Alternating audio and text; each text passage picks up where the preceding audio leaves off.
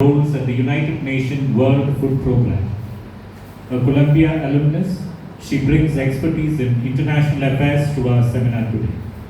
Let us warmly welcome Dr. Nozomi Hashimotto to deliver the keynote address.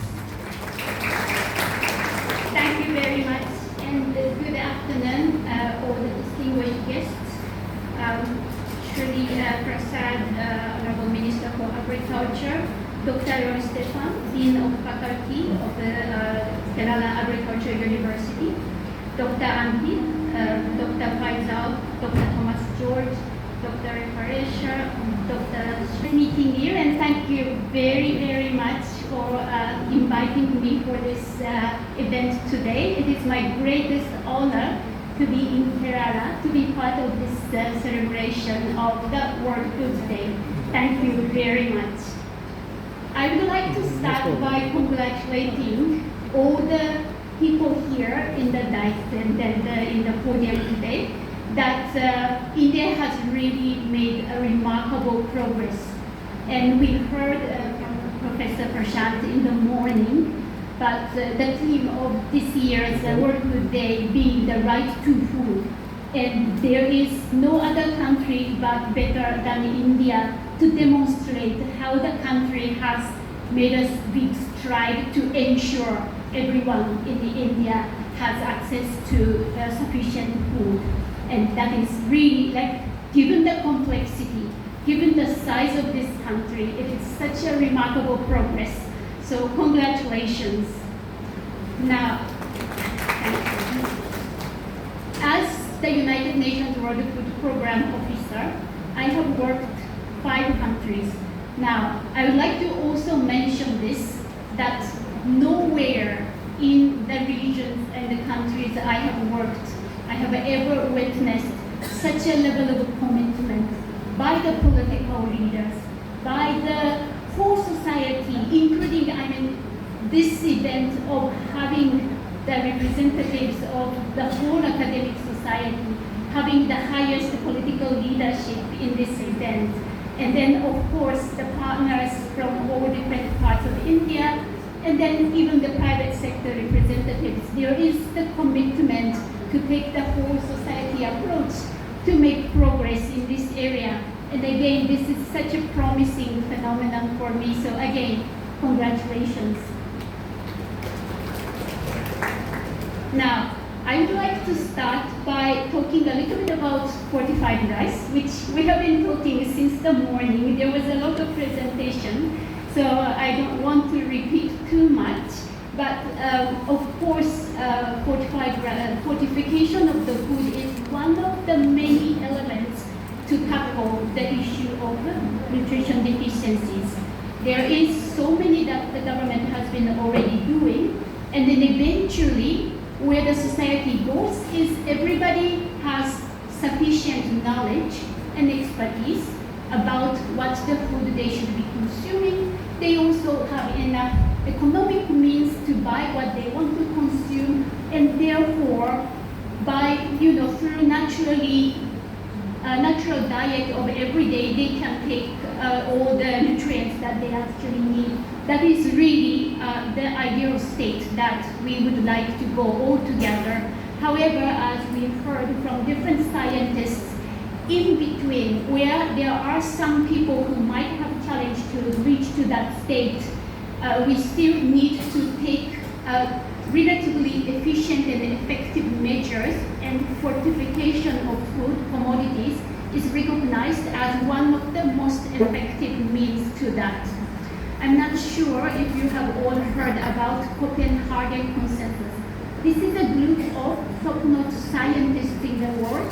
They get together every year and they make proposals and suggestions to the policy makers and also philanthropists that, if you have limited amount of resources in our hand and you want to address the world's most important issues today, what would you do? And back in 2008, the expert panel has recommended, indeed, fortification of food is one of the top 3 recommended actions to take in that state to address the malnutrition issues globally. And therefore, what the government of India decided to take this fortified rice journey is really one big stride that I believe is going to be an effective measure for the time being. Now, as the World Food Program, we work in more than 120 countries.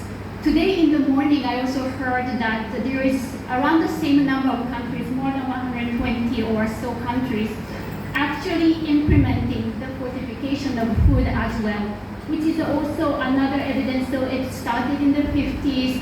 We saw the list of countries, including the United States. So the fortification of food has been sufficiently tested and implemented in many, many places.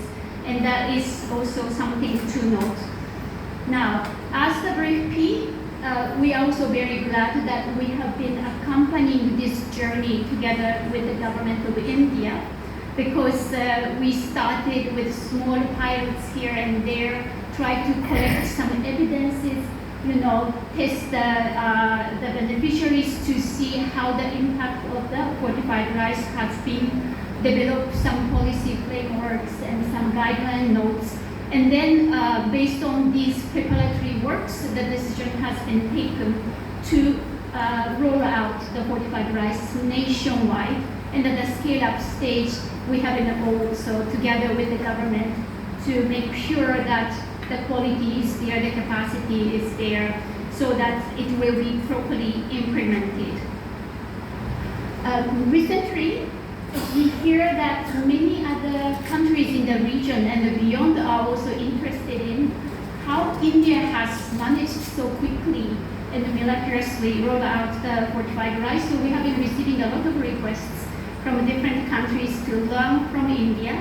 And so when I saw this theme of the event today, it is very ambitious. It says global nutrition security. It's not even India, it's certainly not Kerala. And I really feel like collectively we have a lot of experiences that can be offered to navigate the other countries' journey as well. So in that sense, I also feel like the title is very, very relevant today.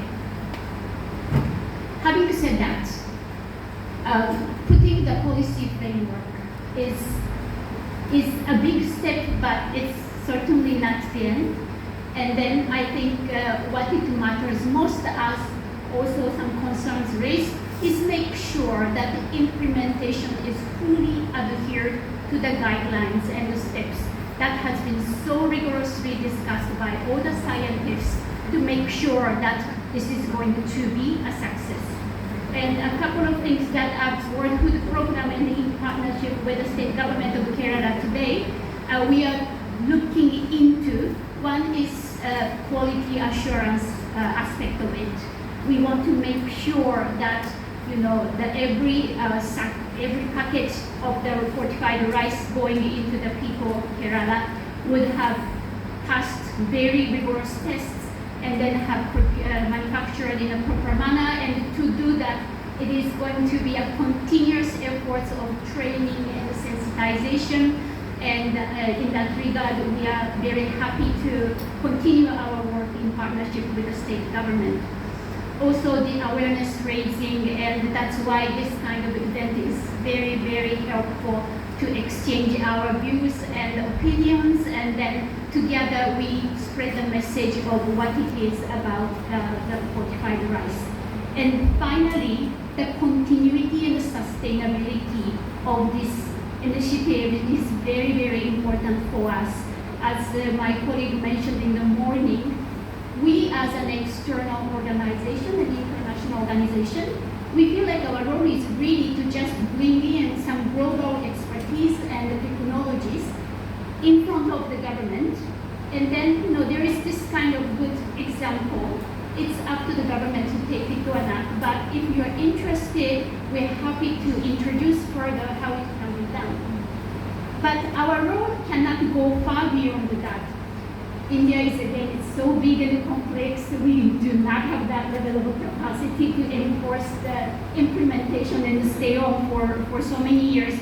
And therefore, this partnership with the Kerala Agriculture University to set up this technical support unit becomes really critical, so that we work together very, very closely, and then we leave behind a very solid state-based academic and technical capacity that can carry on this work for the future. And we are once again very much excited and appreciative of all the hard work being done by the TSU until now. Even for organizing this event, I really appreciate all the hard work done. And